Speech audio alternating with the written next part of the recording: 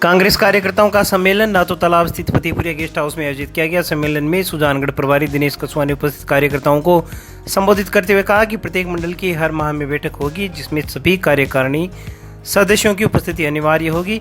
कछुआ ने कहा कि जिस प्रकार से प्रदेश सरकार जनहित के थोथे दावे कर रही है उसका आम कार्यकर्ताओं को मजबूती के साथ मुकाबला करते हुए जनता को हकीकत से अवगत करवाना होगा। उन्होंने संगठन की मजबूती पर बल दिया। कार्यक्रम में विधायक मनोज मेघवाल ने कहा कि जल्दी ही हमारे सभी मंडलों की बैठक तय समयानुसार करवाई जाएगी ताकि कार्यकर्ता एकजुट हों। मेघवाल ने कहा कि 36 प्रकोष्ठ और 11 मंडलों के अध्यक्ष व कार्यकर्ता पार्टी के लिए लगन से काम करें ताकि आगामी निकाय और पंचायत राज चुनाव में हमारी जीत हो सके। विधायक ने कहा कि परिसीमन में जिस प्रकार से तारीख आगे खिसकाई जा रही है उससे लगता है कि ये इनके बस की बात नहीं है, लेकिन फिर भी हमें प्रत्येक वोटर तक पहुंचकर पार्टी की मजबूती के लिए काम करना होगा। उन्होंने एक दो कार्यकर्ताओं द्वारा जाहिर की गई नाराजगी पर प्रत्युत्तर देते हुए कहा कि जो व्यक्ति काम करता है उसका सम्मान अपने आप बढ़ता है।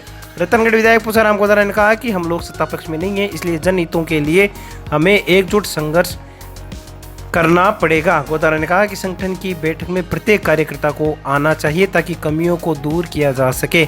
जिला अध्यक्ष इंद्राज खिचड़ ने कहा कि पार्टी प्रत्येक ग्राम स्तर तक पहुंचेगी और पंचायत स्तर पर अध्यक्ष की नियुक्ति कर कार्यकारिणी बनाई जाएगी।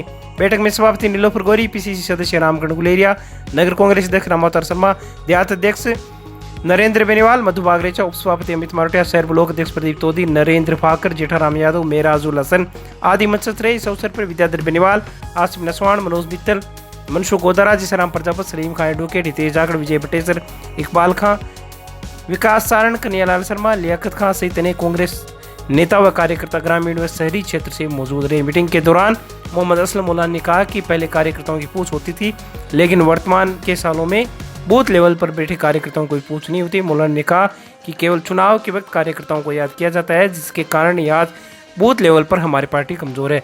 दूसरी ओर अल्पसंख्यक प्रकोष्ठ के अध्यक्ष फारूक भुट्टा ने विधायक पूसाराम गोदारा का भाषण समाप्त होते ही माइक ले लिया और विधायक मनोज मेघवाल से प्रश्न करते हुए कहा कि मुझे अध्यक्ष किस लिए बनाया गया है। भुट्टा ने कहा कि हम लोग प्रकोष्ठ के अध्यक्ष पीछे बैठे हैं, हमारे नाम मंच से क्यों नहीं लिए जा रहे हैं, आप लोग रटे रटाए नाम ही मंच से ले रहे हैं। 2 मिनट तक भुट्टा ने कार्यकर्ताओं की उपेक्षा की बात कही, जिस पर विद्याधर बेनीवाल और मुकुल मिश्रा आदि कार्यकर्ताओं ने उन्हें समझा बुझा कर बिठाया। आप भी देखिए किस प्रकार से उपेक्षा के आरोप बैठक के दौरान लगे।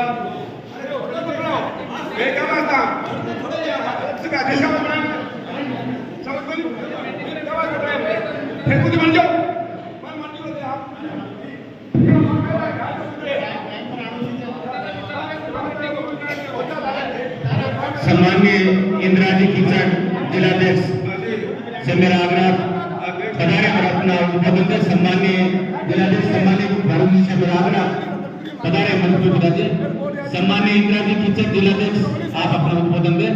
सम्माननीय इंद्राजी आज के कार्यक्रम की अध्यक्षता कर रहे हैं। किस बात को लेकर?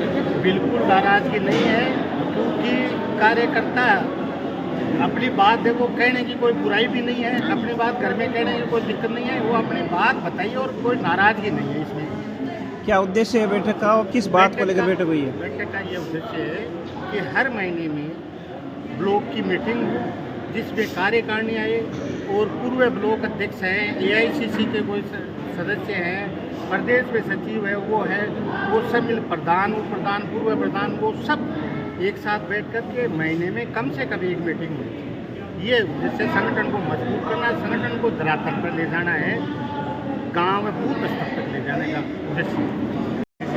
पर्यवेक्षक दिनेश जी बस आए थे और ये पूरे राजस्थान में हर ब्लॉकों में संगठन की मीटिंग हो रही है और इसका मुख्य उद्देश्य कि संगठन को हम सुदृढ़ करें और मजबूत कैसे करें संगठन में, कहाँ कमी है उसको दूर करें और कार्यकर्ताओं में एक ऊर्जा का संचार करें। और आने वाला जो 3-4 साल है जो सरकार से हमको लड़ना है, संघर्ष करना है, पंचायत चुनाव, नगरपालिका चुनाव, उसमें भी अब थोड़े दिनों बाद में जाना है। उससे पहले हम हमारी जो कमी है उनको देखें, उनको करें, जनता के बीच में जाए, संगठन के माध्यम से जनता के बीच में कांग्रेस की उपस्थिति बताएं और जो सरकार की विफलता है वो जनता तक ले जाए। जिस तरह से पंचायतों को कमज़ोर करने का हम सरकार करिए वो जनता को बताएं, नगर परिषदों को जिस तरह से कमज़ोर करने की बात कर रही है वो लोगों तक बताएं। और मुख्य उद्देश्य के भी जो 2028 है उसकी तैयारी कांग्रेस आज से शुरू करे। इसीलिए पूरे 200 विधानसभा क्षेत्रों के 400 ब्लॉकों में पार्टी ने पर्यवेक्षक लगाए और उन्होंने काम पिछले 1 हफ्ते से कर दिया है। जिले में 5 विधानसभा में आज 5वीं मीटिंग थी विधानसभा के हिसाब से। और अब हम ब्लॉक तक जाएंगे, ब्लॉक के बाद में हम ग्राम स्तर तक जाएंगे और हमारी बात जो है वो कार्यकर्ता तक भी लेके जाएंगे, कार्यकर्ता की बात भी सुनेंगे और जनता तक भी जो बात है कांग्रेस की।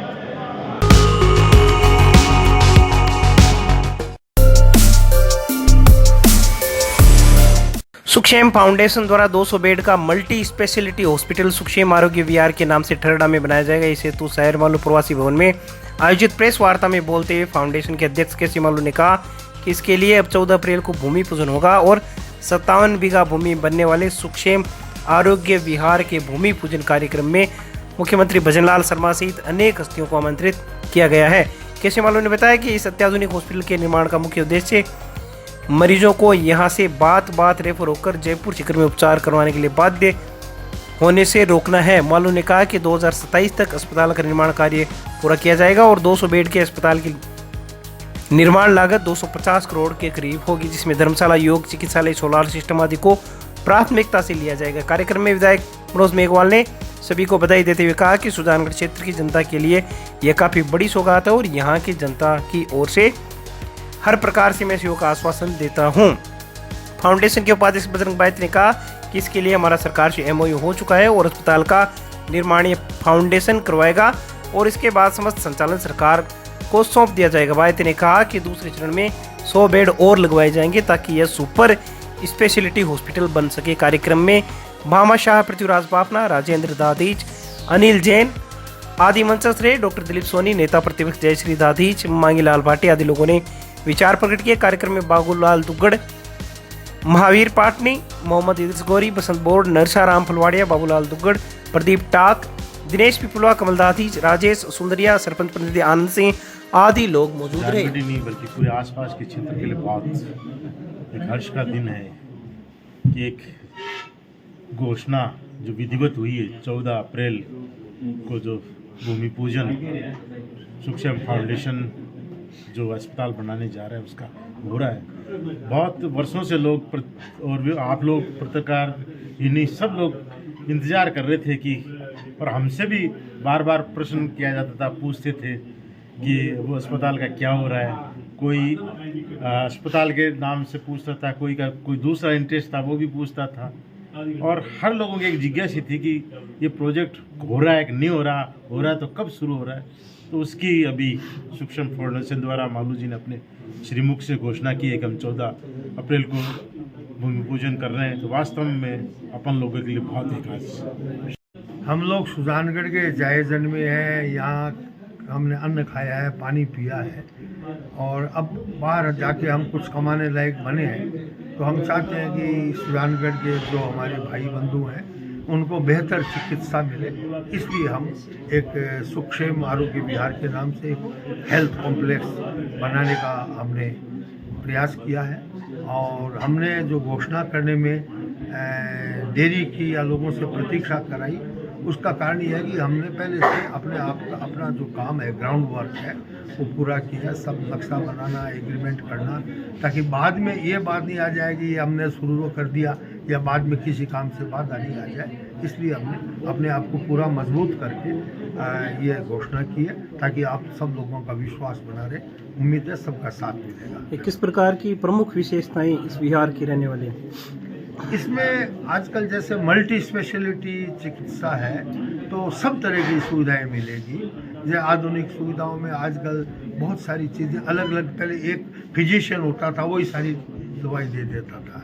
अब आजकल आपका ये न्यूरोपैथी अलग है और सारी सब चीज़ों की, बच्चों की अलग है, छोटे बच्चों की अलग है ना। तो ये सारी सुविधाओं को मल्टी स्पेशलिटी कहते हैं और ये बहुविधि चिकित्सा यहाँ पर मिलेगी। सूक्ष्म आरोग्य अस्पताल जो हमने इसका भूमि पूजन की डेट 14 अप्रैल 2025 को हम करेंगे।